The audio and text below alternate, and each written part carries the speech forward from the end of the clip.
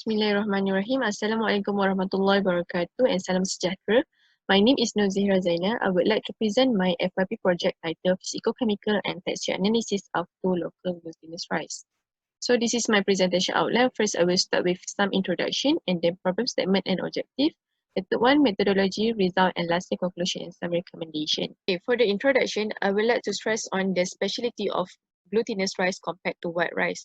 For glutinous rice, it has very low in amylose and the size it is in the group of medium or short rice type grain. For the appearance, glutinous rice is opaque white compared to white rice, it is translucent. So in terms of their nutritional value, glutinous rice and white rice shows not very significant difference. But glutinous rice has very significantly higher in the protein content compared to white rice. So this means that glutinous rice is rich in protein content compared to white rice. Okay, next we move to the samples. The samples that I use in my study is local susu and seeding cultivar. The one is susu Thai cultivar act as the reference or benchmark in the study. For your information, for the susu cultivar, the seeds are originally from Thailand, but they are cultivated in different areas. For local susu, it cultivated in Langkawi. Another one, susu Thai cultivated in Thailand. For the milling process, local susu I milled by myself in the laboratory.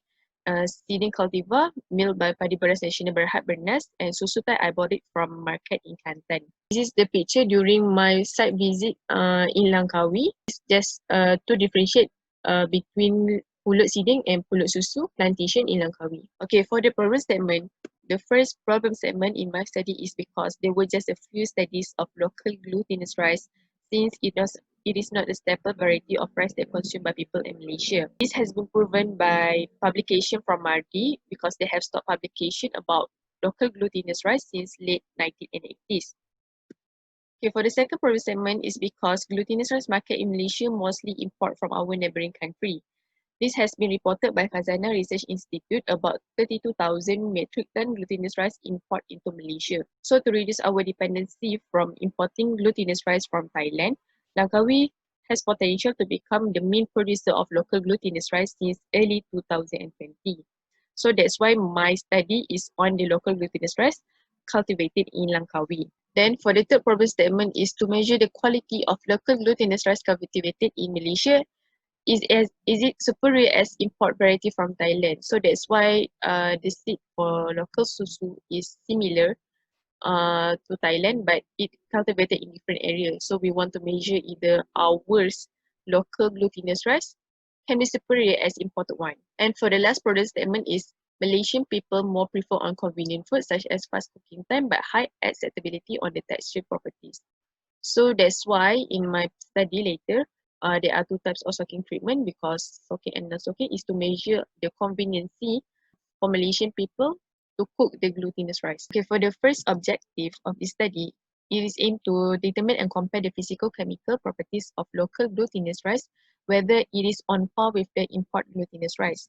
And the second one, the aim of the study is to analyze and compare the texture properties of cooked rice with different parameters of soaking treatment. We move to the methodology. This is the flow diagram of a method. The orange one is for the first objective and the green one is for the second objective. Each of the properties has several parameters to be measured. Okay, next we move to the result and discussion. These are just the overview of the physical properties for susu Thai cultivar, local susu and local seeding. The highlighted one is the value that has the highest order within the acceptable range with the past literature. Basically, local susu showed no very significant difference between susu Thai cultivar. Okay, next is the color appearance. The most important thing for the color is the lightness and whiteness because high customer acceptability based on the more luster and whiter appearance of the particular rice. So in my study, local seeding has the highest whiteness compared to susu Thai cultivar. For the chemical properties, in terms of the amylose content, all three cultivar relatively low in amylose content because they have high in amylopectin, which give high pressing properties. Amylose content has positive correlation with gelatinization and toughing and cooking time.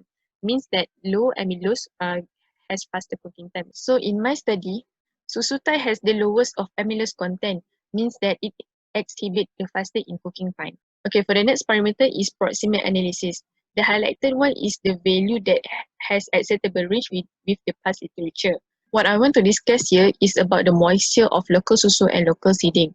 This is because they have relatively very low below than 14%. This is because during the schedule of harvesting time, Langkawi or northern region has experienced dry and hot weather. So maybe during the drying process, the paddy has experienced much of moisture loss. For the thermal properties, high enthalpy makes the rice cook faster, which means it gelatinizes within a short time.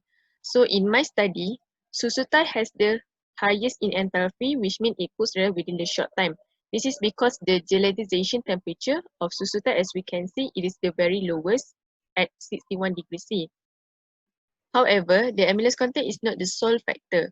Rice protein, lipid, or amylopectin can be affected for their resting properties and cooking quality of the rice. Next is morphological properties. The distance of granules of Susu Thai cultivar and local Susu cultivar are closely packed together compared to seeding cultivar, which is quite loosely packed. Morphological properties has positive correlation with the texture properties of rice when it is cooked. Closely packed oxide granules attribute to high hardness value of rice. This is because the strong force of bond between the packed granules increase the hardness and makes the rice more firmer. Okay, next for the cooking properties. Soaking and non-soaking treatment shows no significant difference in cooking time. For the elongation ratio, once the rice is soaked, the length of the rice is increased significantly compared to the non-soaking treatment. The texture properties. As soaking time increases, the cooked rice produces much less stickier than the unsoaked rice. The stickiness can be measured by the adhesiveness, it is just the same parameter. Due to the high amylase content, it attributes to increase in hardness and low stickiness. The highest hardness and the lowest stickiness is possessed by Susu Thai cultivar. However, these three types of cultivar shows not very significant difference. In addition, as soaking period increases, less mastication energy is required. This can be measured by the chewiness parameter, so seeding cultivar has the lowest mastication energy.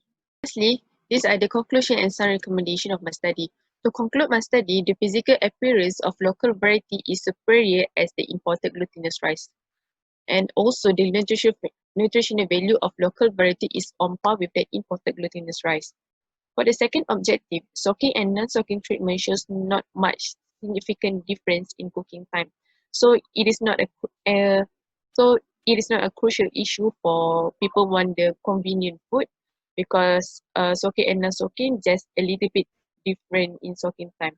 So that's why it suggests to soak the rice before cook to short the cooking time and experience more fluffy texture. Then for the recommendation is recommended to do the essential mineral content analysis and then sensory analysis and also varying on the treatment for the cooking method such as steaming method. So that's all for me. Thank you.